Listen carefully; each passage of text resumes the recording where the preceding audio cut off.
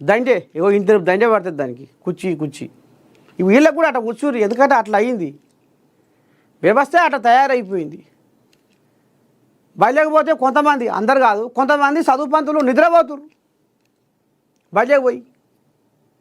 ఇక ఒక ఆయన మంచిగా ప్రతి ఒక్క డిపార్ట్మెంట్లో ఇక ఫ్యాన్ వేసుకొని చక్కదనంగా మంచిగా తమాషగా, అందరు కాదు, కొంతమంది ఉర్రు, కొంతమంది నీతివంతులు ఉన్నారు, కొంతమంది మన జీతం ఏమైనా పిచ్చలు వేస్తున్నాయా, మనం సక్రమంగా పనిచేయాలి అనేటోళ్ళు కూడా ఉన్నారు.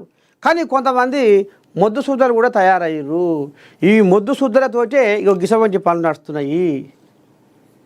మరి ఆ డ్రైవర్ గానికి ఎందుకు సిగ్గిలేదో వానికి కన్ను కనపడలేదేమో.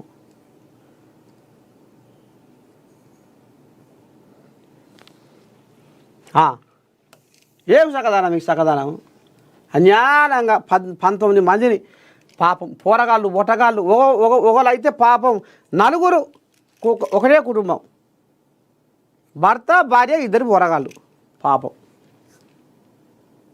ఇక కాలిపోయిన బస్సు కాడికి వచ్చి ఆ శవాలను కూడా గుర్తుపట్టలేనంతగా ఇదైపోయారు.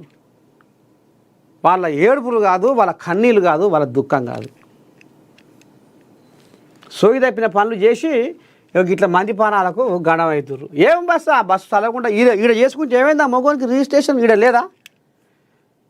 10 రూపాయలు తక్కువైతే కానీ ఉరికి ఆడ చేయించుకుని మళ్ళీ అది ఇంకేదో ఉంది కథ, అది చదువుదాం మళ్ళా. పంచాది పాడైపోను.